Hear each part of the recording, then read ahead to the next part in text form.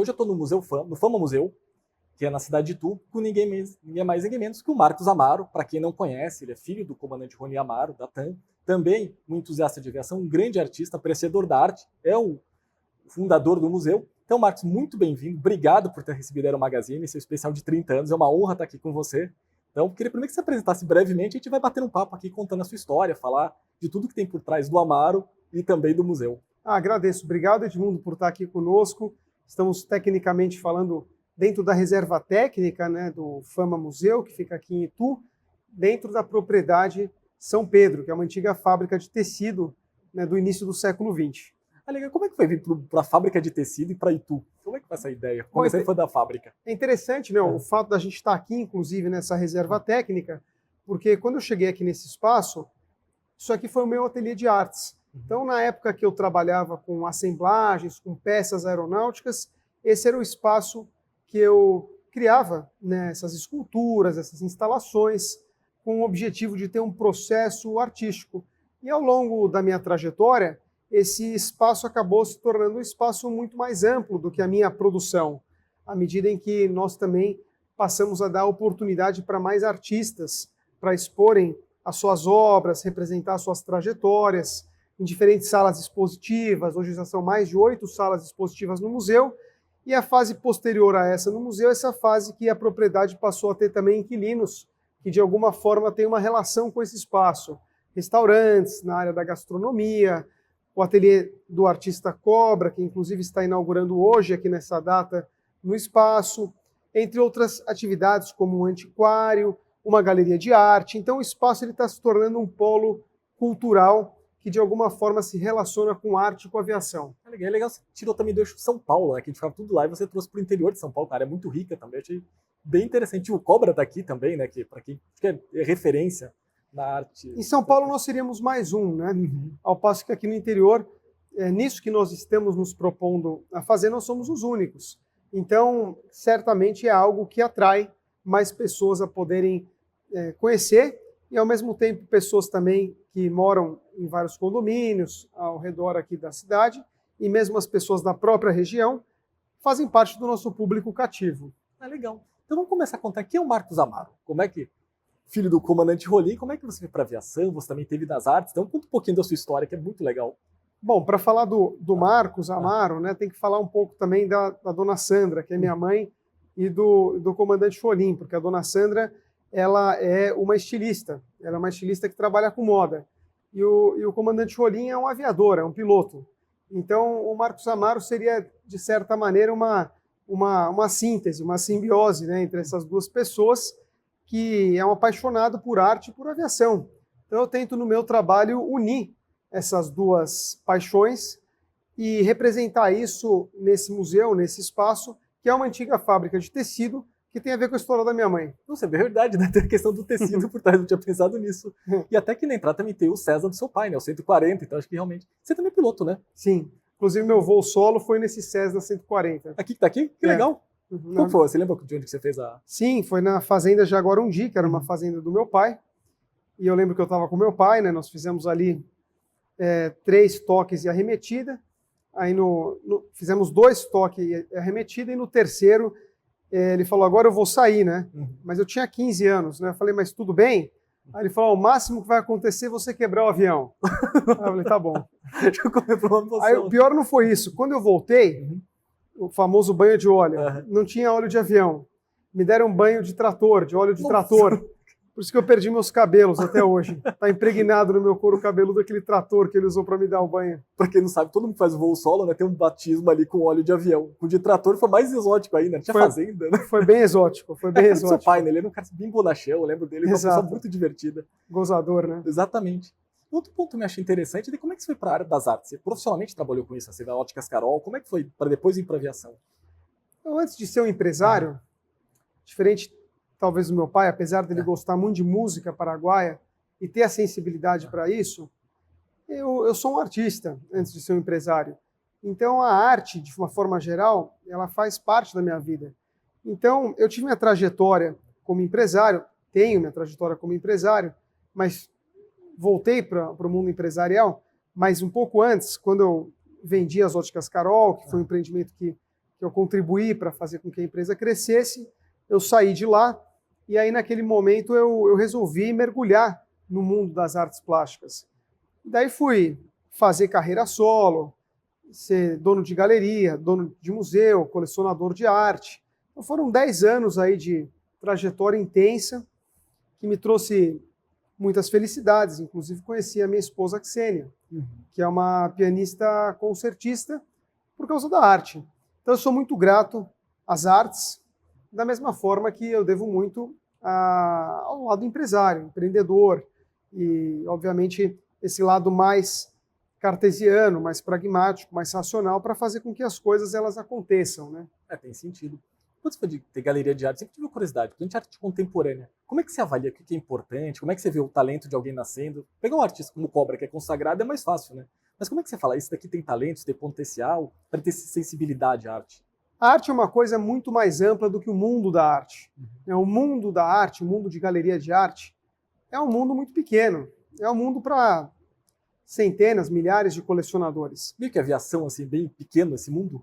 Para quem gosta de aviação, que também é um mundo bem pequenininho, né? Você acha o mundo da aviação muito maior. Sério? Ainda do maior que o ainda. mundo da galeria, das galerias. Posso estar errado.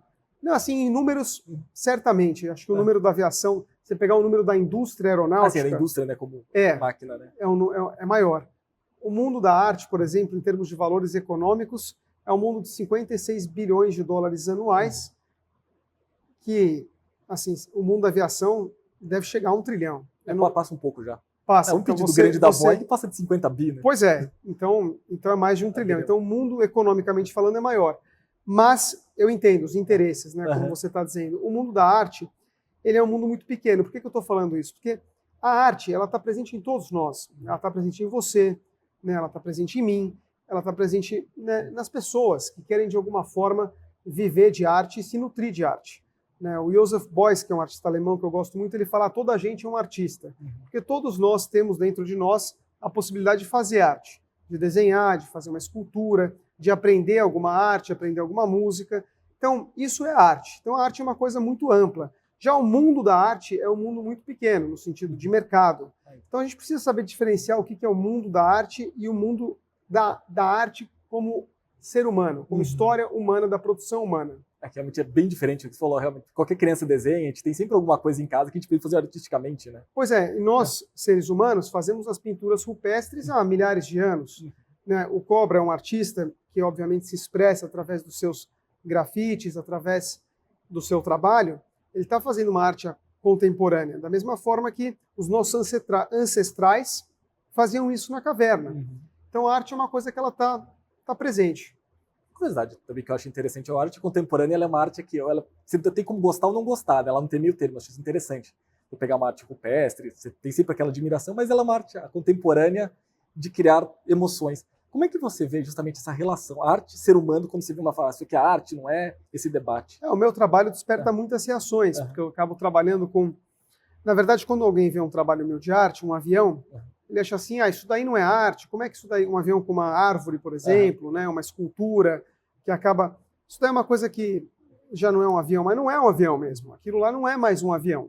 Aquilo já é uma representação de alguma coisa. Se eu coloco um lustre dentro de um avião, eu quero representar alguma coisa. Se eu coloco uma árvore dentro de um avião, eu quero representar uma imagem. Essa imagem, obviamente, ela vai despertar nas pessoas diferentes sensações.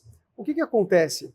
A história há 2 pontos de vista. O lado romântico, que a gente sempre costuma olhar para o passado e achar que o passado é mais bonito. Isso é comum do ser humano, né? Pois é, e romântico é uma palavra que significa Roma antiga. Que você acha que Roma é uma coisa, na verdade, que você cria uma utopia que nunca existiu. Porque Roma não é muito diferente do que é Brasília, né? Certamente com uma série de situações complicadas. Né? Então, nós temos esse lado romântico para analisar o objeto de arte. E a outra coisa, que a representação do belo, é uma coisa que na arte contemporânea não existe mais, porque foram já rompidos determinados preconceitos e paradigmas de que a noção do belo não necessariamente é a noção de arte. Então, uma coisa que pode ser considerada feia, que é algo subjetivo, também significa arte.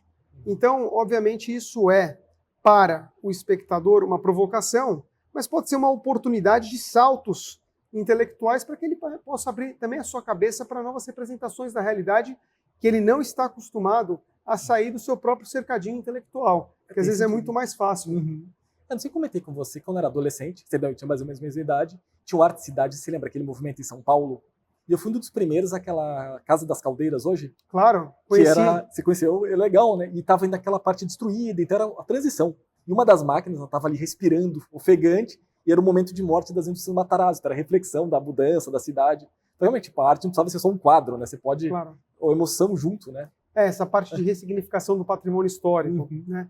E aí, claro que tem um respeito, tem uma preocupação em relação ao patrimônio histórico e à memória, porque a arte também tem esse objetivo de preservar. Um museu, né, nada mais é do que um lugar para preservar uma história, para preservar, na verdade, várias representações de diferentes períodos de produção que nós, seres humanos, fizemos. Então, nós, seres humanos, estava até conversando agora há pouco, temos a capacidade única e singular de criar um objeto de arte.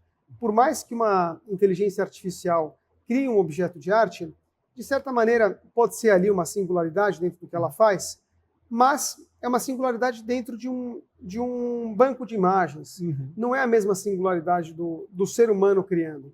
E a própria inteligência artificial, que eu acho uma vanguarda, inclusive de arte, ela vai representar, no melhor, não a emoção em si. Ela vai simular uma emoção na melhor das hipóteses que a gente tem.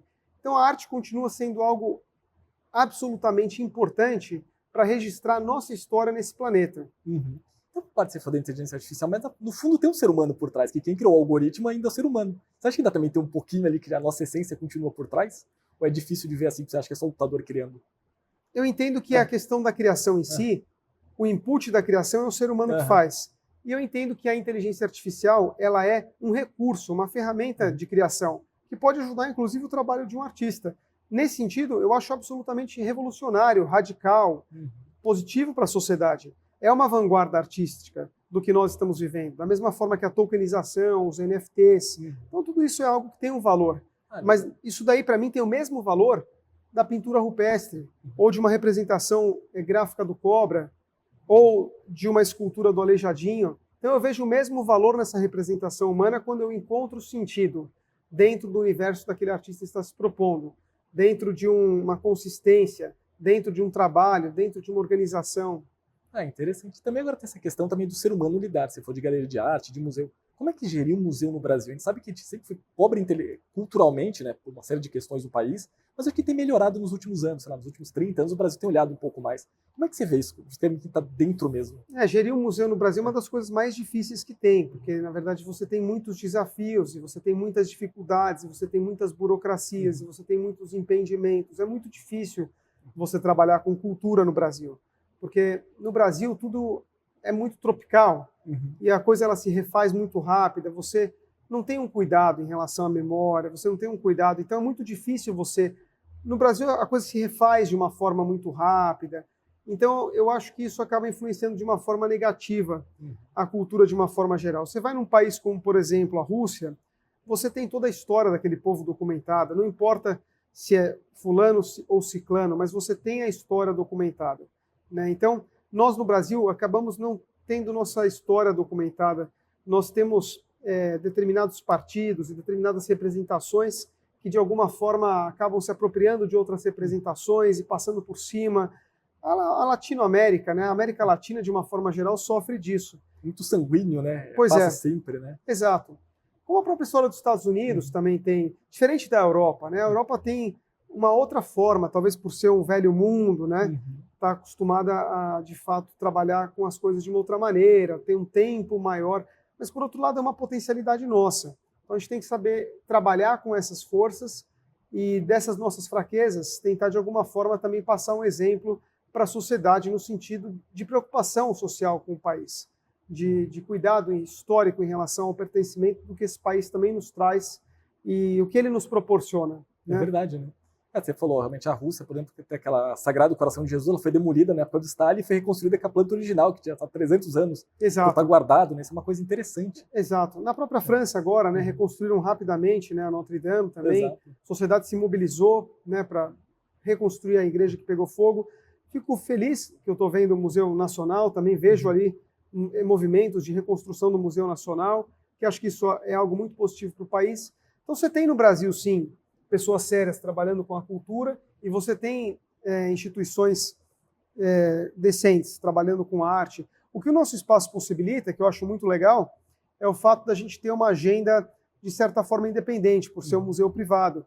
Então a gente pode expor artistas que não necessariamente têm uma pauta ideológica. A gente não está preocupado com isso aqui, né? A gente está preocupado em expor arte de qualidade, né? De pessoas que, de alguma forma, se relacionam com esse espaço, que têm um afeto, né? A gente não está fazendo só política aqui, né? Claro que política a gente faz o tempo inteiro, mas nesse sentido específico do termo, né? É legal. Eu vi que o museu está sempre cheio, né? Eu já vi aqui algumas vezes, ele está sempre de final de semana com bastante gente. Então você conseguiu fazer um projeto bem interessante, de trazer a arte para as pessoas, né? Fico feliz que você está vendo assim.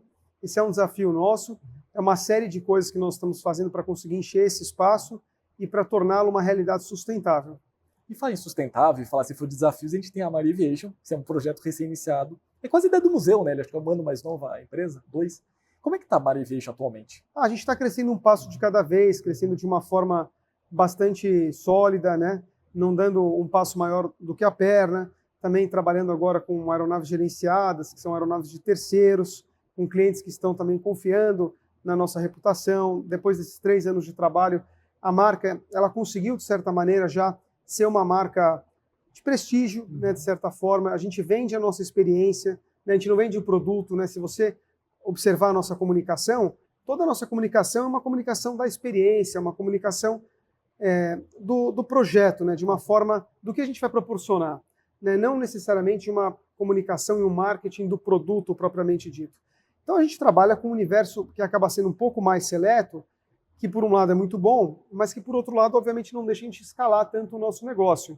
Então a minha encruzilhada estratégica hoje é como fazer a companhia crescer para fora disso do que nós já estamos fazendo. Eu também tenho ambições no sentido de crescer dentro do projeto e estou procurando também alternativas dentro da aviação para conseguir empreender de uma forma maior, de uma forma mais ampla, né, que eu consiga crescer em outros vetores, em outras unidades de negócio que eu não estou.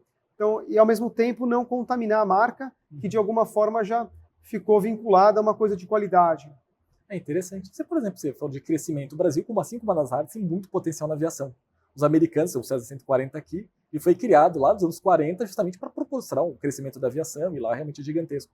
Você tem a NetJets lá, que é gigantesca. Você vê esse mercado no Brasil, o potencial tem que mudar muita coisa cultural. Eu vejo esse mercado no Brasil, mas eu acho que ele vai demorar muito tempo. Eu acho que nós estamos plantando uma coisa para daqui a 20 anos, ou mais. Eu não vejo esse mercado no Brasil agora. Eu vejo esse mercado no Brasil em São Paulo, que é um mercado que nós estamos trabalhando. Vejo esse mercado em outros lugares também, mas não a ponto de você, por exemplo, deslocar uma aeronave ainda, nesse momento, para uma cidade, por exemplo, menor. Né? Então, eu acho que assim, nos Estados Unidos você tem 20 São Paulos. Exato. Pelo menos, né? Então você tem uma abundância que no Brasil ainda não tem. O Brasil está crescendo, está se transformando. Então eu vejo que para determinadas aeronaves eu acredito que sim. Quando você pega aviões mais econômicos, né, no sentido inclusive de valor de investimento, eu acredito que você tem espaço. Então isso é algo também que nós precisamos refletir para onde nós queremos ir, de que forma, né? É interessante. O ano passado eu estive na NBAA, que é aquele super evento de aviação executiva, e estava falando com os amigos brasileiros e depois os estrangeiros. Eles falaram que um dos erros no Brasil é começar com avião novo para fretamento, para fazer compartilhamento, foi justamente isso, entrar com aviação nova. Eu falei com os americanos, falaram, não, pelo contrário, é um diferencial. Você tem um monte de gente usando usado, você vem com o novo. Como é que você vê essa ideia do avião novo versus usado e dentro da sua estratégia? Isso... O museu me custa no bolso esquerdo, a empresa de avião no bolso direito, né? Imagino. Porque assim, avião novo é caro. Sim. Então, assim, seria muito melhor se os aviões fossem usados, do ponto de vista do valor do investimento. Mas, por outro lado, você está trabalhando com um produto de altíssima qualidade. Você está trabalhando com um produto altamente confiável. Você está trabalhando com um produto dentro da garantia, você vai ter menos surpresa na manutenção. Tenho 5 anos de garantia desses produtos. Então, até hoje, não tive grandes surpresas de manutenção, e quando eu tenho garantia do avião.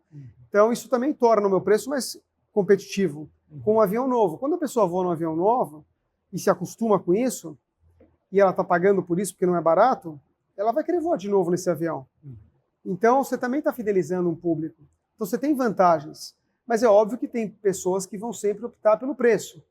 Mas nós não estamos trabalhando para fidelizar a cliente pelo preço. Eu acho que esse seria o começo da nossa ruína. A gente está trabalhando para fidelizar as pessoas pela qualidade. Eu prefiro perder negócios pelo preço. Tem sentido. Você acredita que esse público ainda é muito sensível ao preço, ou você acha que a qualidade ainda fala muito alto para quem usa o compartilhamento? Eu acho que você tem de tudo. Por exemplo, eu tenho empresas que são muito sérias no Brasil que estão usando as nossas aeronaves a trabalho e que tem plantas no Brasil espalhadas em vários estados, e são empresas que utilizam o avião efetivamente como uma ferramenta de trabalho e que fazem muitos negócios desses aviões. Então, ter a sociedade, eu até não estou nem usando o termo mais cota. Venha ser meu sócio na aeronave. Legal. É isso. E você vai tratar comigo, você não vai ter... É super personalizado o meu negócio. Então, eu não vou deixar a pessoa na mão. Eu sou a garantia, eu estou trabalhando com essas pessoas dessa maneira. Então, é isso que eu estou dizendo a você. Os aviões, eles trazem essa segurança, inclusive operacional, de ser pontual, de ser reliable, de ter um alto índice de despachabilidade, para não deixar esses executivos também no chão. Então, tudo isso tem que ser levado em consideração. Com certeza. E eu queria que você explicasse um pouquinho também qual que é a diferença de ter um cartão de horas que vocês trabalham e ter o compartilhamento ou com de sociedade. Também eu achei legal ter esse diferencial. Como é que você trabalha com os dois públicos? Para quem entende cada um? O outro, por exemplo, comprar um avião e você gerenciá-lo? Depende da quantidade de uso da pessoa, né? Se a pessoa usa até 50 horas anuais, 30, 40 horas anuais, é melhor ela usar o fretamento, o táxi aéreo. Se ela usa entre 50, 100, 150 horas anuais, é melhor ela ser sócio. Mais do que isso, é melhor ela comprar um avião dela, né? Até com 300 horas para cima, né? Na verdade, até 300, 400 horas, só para fazer o recorte correto, entre 100 e 400 horas, é melhor a pessoa ela ter o cartão de horas. Acima de 300, 400 horas, é melhor ela ser sócia. Porque ela vai usar muito o avião, ela vai precisar do avião sempre à sua disposição. Mas que também se explicasse para quem, muita gente do nosso público é piloto, mas tem muita gente também que tem intenção de ter, imagina que é um negócio difícil ter um avião. Qual que é a facilidade de ter um avião compartilhado? É sempre a facilidade no sentido da administração, das responsabilidades, da organização de agenda, da administração dos tripulantes, do planejamento e da execução de uma boa manutenção, da compra de combustíveis melhor, no sentido de você garantir que o avião vai estar no horário. A pessoa comprou o avião entra na manutenção, ela não tem avião, nós temos uma frota. Tem uma série de vantagens que uma pessoa de bom senso, obviamente, vai ver valor. Bacana. Por exemplo, a pessoa imagina também que ela não tem a dona do avião, ela é sócia. E como é que precisa usar o avião amanhã? Daí como é que também se gerencia isso? Tem vários sócios. A gente tem uma regrinha de uso e a gente trabalha com uma prévia de solicitação de antecedência e a gente consegue organizar a nossa empresa de um crescimento não muito pujante, justamente para poder entregar o que nós estamos vendendo. Então, como nós trabalhamos com credibilidade, nós nem estamos vendendo mais do que a gente pode e nem menos do que a gente precisa. Eles têm um equilíbrio ali, realmente, de economia e necessidade, né? E outro ponto que eu achei muito legal, que você foi bem disruptivo na hora que você criou a Amaro, de trazer aviões que não tinham no Brasil, você teve o PC-24, você teve ali um mix interessante, agora você trouxe o helicóptero AW09, que está para vir para o Brasil. Como é que foi também fazer a escolha do AW? Que mercado você vê que ele tem hoje esse potencial? Eu quero muito, Edmundo, se você me perguntar, ser lembrado na aviação por alguém que está contribuindo para a aviação no sentido dela também ter a sustentabilidade e também ter uma disrupção, né? No sentido de estar na vanguarda dos produtos novos, de alguma forma trazer para o Brasil aquilo que pode ser, muito embora a Embraer tenha um avião excepcional, que é o Phenom 300, o E2, então estou dizendo isso no sentido de valorizar o que nós temos também no Brasil, porque a Embraer é uma empresa espetacular, mas eu quero muito poder, de alguma forma, vincular o meu trabalho à qualidade. E tanto os aeronaves da Pilatus, como o próprio AW09, são projetos e produtos que representam isso que nós estamos buscando, que é segurança, que é custo operacional baixo, que é confiança e que é qualidade. Então, o AW09, por ser um monomotor muito potente, né, com um piloto automático nos 4 eixos e com uma estrutura de fato robusta, e ao mesmo tempo ser um helicóptero versátil, ele apresenta condições que são muito únicas para ele e um custo operacional muito menor do que o que nós temos hoje em dia, que está sendo oferecido no mercado. Então, acho que nesse sentido ele vai ser disruptivo no sentido de mercado. E acho que para nós é uma sorte a gente poder ser um dos primeiros clientes a estar oferecendo esse produto no Brasil. O que eu acho até legal desse helicóptero é que ele tem uma cabine média, mas com helicóptero leve, né? Ele é monoturbina, Exato. que cabe ali, opera, acho que na maior parte dos helipontos de São Paulo, na média de 5 toneladas, ele opera sem restrição também, né? Exato. Outro ponto, você falou até de ser disruptivo, isso daí é a questão do DNA Rolim, de ter feito tudo que pra ele fez mim, pela TAM. Eu agradeço e me sinto lisonjeado por isso.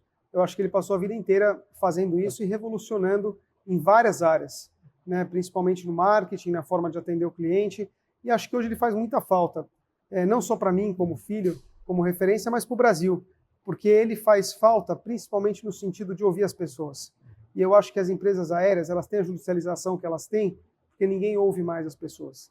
E acho que tivesse mais pessoas sendo ouvidas, o número de judicialização seria muito menor. É verdade que seu pai sempre foi muito próximo, né, ao cliente, muito próximo à operação. Porque você é fã da Amaro, falou, nossa, basicamente é o Rolim trabalhando, né? Seja meu sócio, venha voar comigo, aquela contato, liga pro telefone do presidente, se não me engano. Fale, né? com o presidente. Fala o presidente, que eu achava muito legal.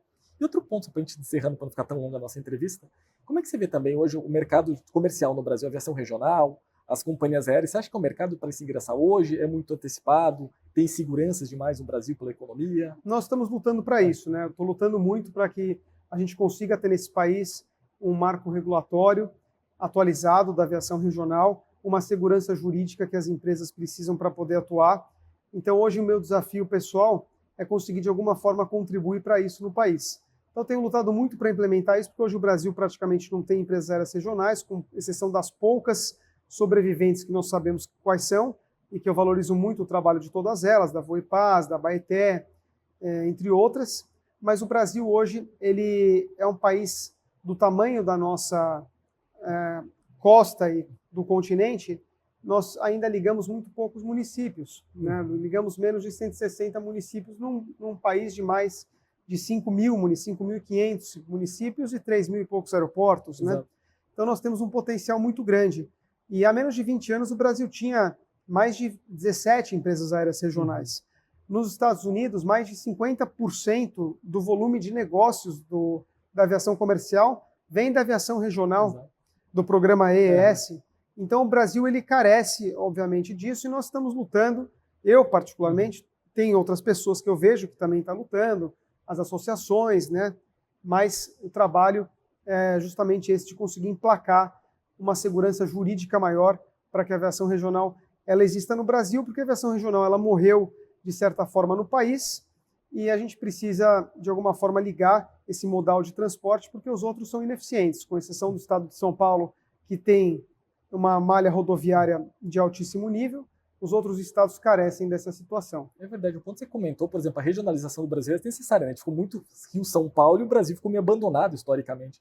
O avião chega lá. Você também vê uma sinergia, por exemplo, entre a aviação executiva, que você tem a Amaro Aviation, e a aviação regional, todas elas cobrindo a aviação. O interior do Brasil, meio com uma sinergia, chega a aviação regional, se descobre o avião, cria mais negócio e gera para o pessoal. Eu acho que o melhor caminho para a aviação regional é esse. Eu acho que as empresas de táxi aéreo elas estão prontas para serem empresas regionais, porque elas têm já as suas certificações, 135, e elas podem já transportar 19 passageiros. Então elas poderiam ser uma grande alternativa para a economia brasileira para poder viabilizar isso. Só que para isso precisa de uma regulação, porque se as empresas maiores não cooperarem, não vai ter, de fato, ordem e organização no setor que precisa. Você acha que falta um pouco a interesse político, um pouco do interesse da própria sociedade em entender a importância da aviação? Porque eu acho que a gente ainda é meio elitizada no Brasil, né? Vê que é uma coisa de rico, uma coisa inacessível. Eu acho que a aviação perdeu esse glamour, na verdade. Eu acho que a aviação tinha esse glamour, que inclusive acho que tem espaços para empresas que queiram trabalhar com isso, mas eu acho que hoje a aviação virou uma commodity, não é à toa que nós transportamos 109 milhões de passageiros, mas nós estamos transportando com muito pouca qualidade e até com muito pouco respeito às pessoas, essa é a minha leitura. Então, o que eu vejo para responder a sua pergunta exata é que há sim, na verdade, espaço para a aviação nacional ela continuar crescendo, mas ela é muito conveniente para ela atender o que ela já faz. Então ela não tem muito estímulo de fazer uma coisa diferente, sendo que ela não precisa. As empresas, em geral, elas estão sendo, com exceção de algumas empresas, elas estão sendo geridas, como você sabe, por grupos de interesses financeiros, apenas.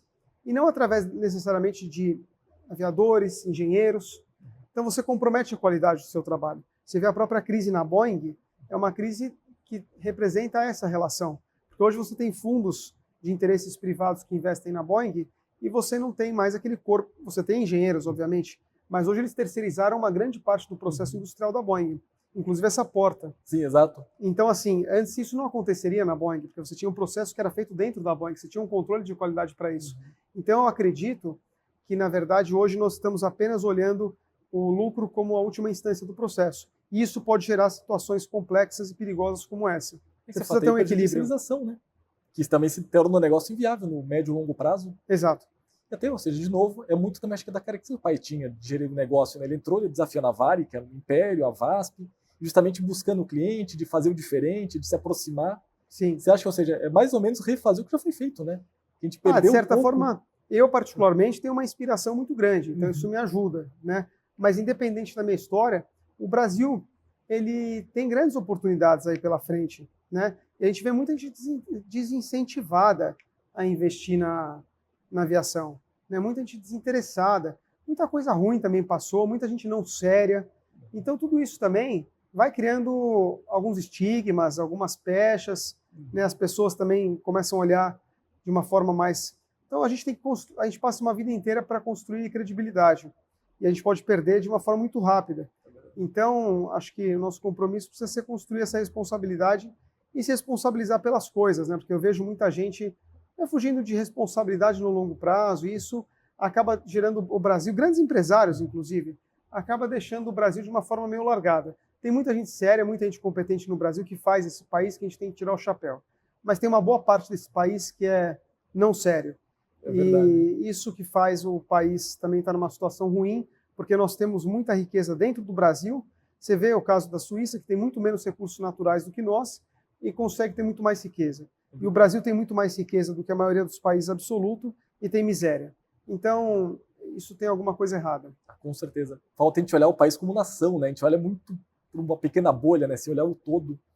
E eu queria, para a gente encerrar o nosso bate-papo, a gente fez 30 anos esse ano na Aeromagazine. Então, que vocês contassem o que as pessoas podem esperar da aviação? A sua visão de quem veio da aviação do berço e hoje está dentro da aviação, das artes e tudo mais. Bom, primeiro da Aeromagazine, para mim, até é comprometedor eu falar isso, mas é de uma qualidade extrema. Muito obrigado. Né? Para mim, está na ponta do melhor jornalismo de qualidade do setor, em termos de nível técnico, em termos de preocupação, em termos de organização, em termos de layout. Então, sou um fã, sempre fui, sempre li, sempre lerei. É uma honra para a gente. Muito obrigado. De verdade. E da aviação, acredito que, na verdade, tem muito pela frente. Nós temos que continuar aí trilhando o nosso caminho com humildade para conseguir realizá-los. Obrigado de novo, Marcos. Obrigado pelo bate-papo. Eu que agradeço. Então, se você gostou do nosso vídeo, não deixa de se inscrever no canal e deixar o like e comentar aqui embaixo se achou da nossa conversa. Um forte abraço e até mais. Tchau, tchau.